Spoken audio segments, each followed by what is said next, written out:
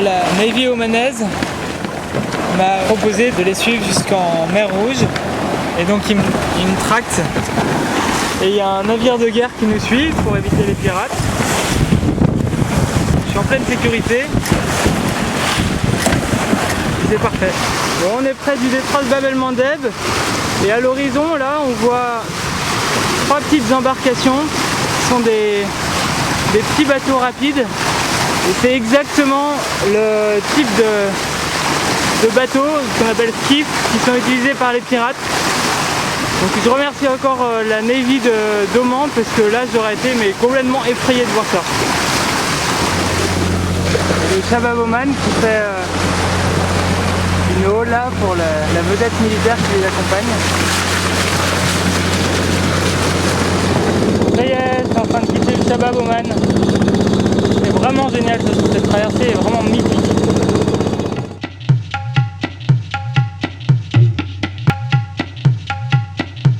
On est toujours sur l'île Oupkan.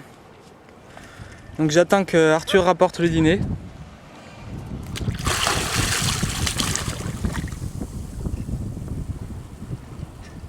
Intrigué sans doute par une boîte de conserve.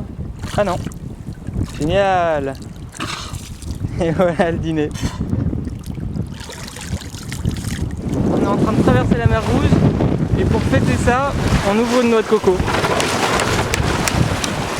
Et là on a des super conditions, il y a un peu de houle, mais il y a pas mal du vent, du coup on va quasiment à 5 nœuds et on arrive sur les côtes africaines demain ou après-demain.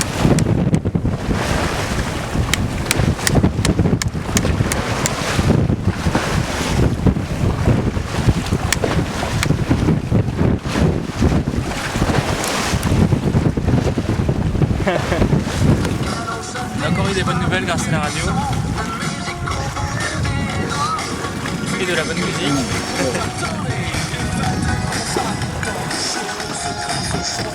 Alors vive la France et vive le Jut. Je crois qu'il faut juste préciser qu'on est au large des côtes soudanaises. C'est la première fois qu'on allume cette radio qui nous a coûté un bras, avec laquelle on n'a jamais réussi à avoir la météo. Et pour la première fois qu'on capte quelque chose à la radio, c'est de la musique, c'est une radio française. Et on est super contents. Alors on fait ça avec des petits ponches.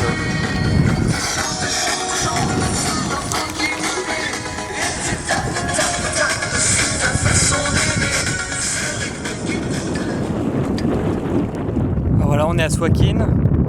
On avait pas mal de petits trucs à faire, de réparation et d'achat, et on a l'impression qu'il y a eu un tremblement de terre hier. On arrive au milieu des ruines, mais on est content d'être là, il est 4h de l'après-midi, il fait beau.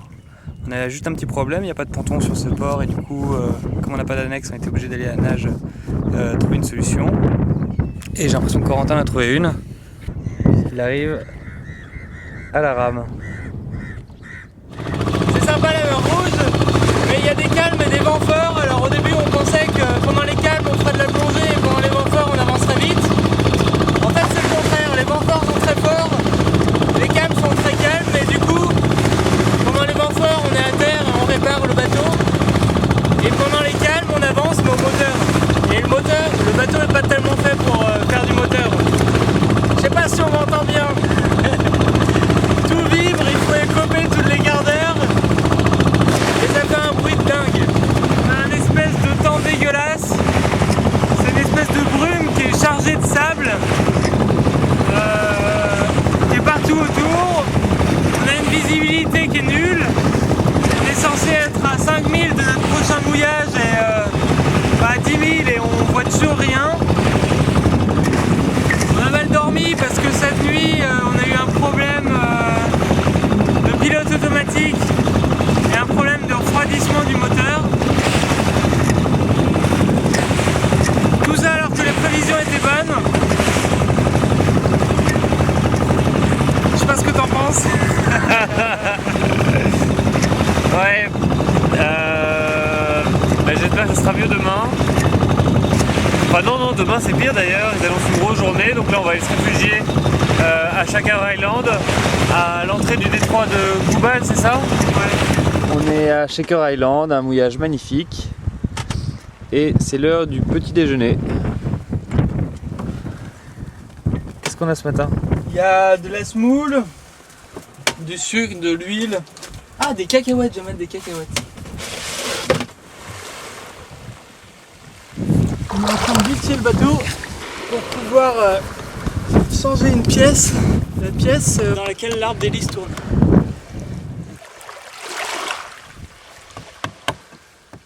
Le vent se calme, on planifie notre route pour passer tout près des riffs.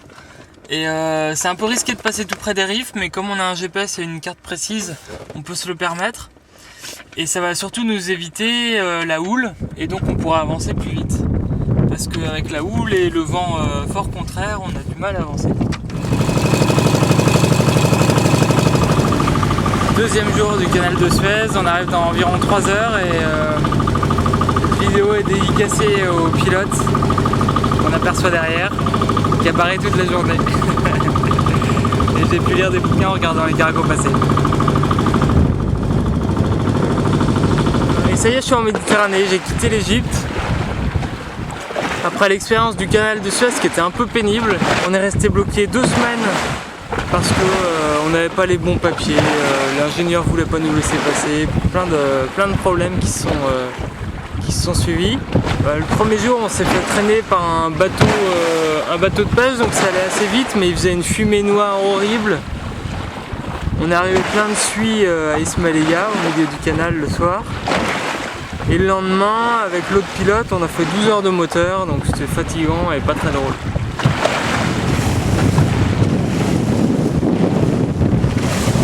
On est le 2 juillet au large des côtes turques et on rase les falaises turques parce qu'il y a un vent de travers qui nous fait aller à 5 nœuds et il y a Aurélien qui s'occupe du dîner. T'arrêtes de faire des nœuds. Et c'est parti pour le canal de Corinthe.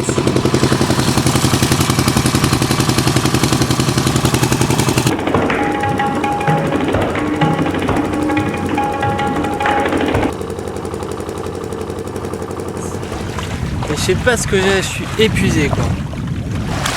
En fait j'ai passé le canal de Corinthe lundi matin. Lundi soir, il y a eu un coup de vent assez fort et le bateau faisait que de chasser et il y a le pilote automatique qui s'est cassé. J'ai navigué toute la nuit sans dormir lundi soir. Mardi matin, je me suis posé au premier ancrage. Je suis allé à Athènes. J'ai déposé le pilote automatique mardi après-midi. J'ai dormi à Athènes dans le port mardi soir. Mercredi, j'ai été rechercher le pilote. Ils ont été sympas, ils m'ont très rapidement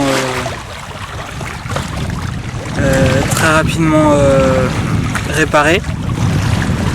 Jeudi, j'ai bricolé sur le bateau. J'ai réparé pas mal de trucs. J'ai nettoyé toute la coque nickel. Et là, on est vendredi. Et je repars, mais je suis vraiment fatigué. Alors, je m'offre un petit aspirine. Je sais pas ce que c'est.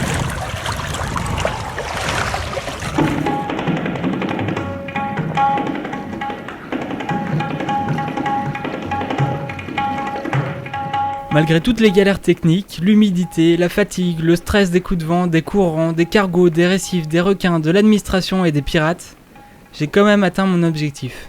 Montrer qu'un bateau construit en toile de jute, ça résiste presque à tout. Je reviens aussi avec des images magnifiques plein les yeux et de super souvenirs. Et surtout, une grande motivation pour l'étape suivante. Créer un centre de recherche pour étudier des solutions aux problèmes de l'eau et du réchauffement climatique au Bangladesh. Et bien sûr, développer dans le pays l'utilisation du jute pour remplacer la fibre de verre. J'espère bien trouver des fonds pour financer cet ambitieux projet et pourquoi pas, un jour, repartir sur un autre Taratari.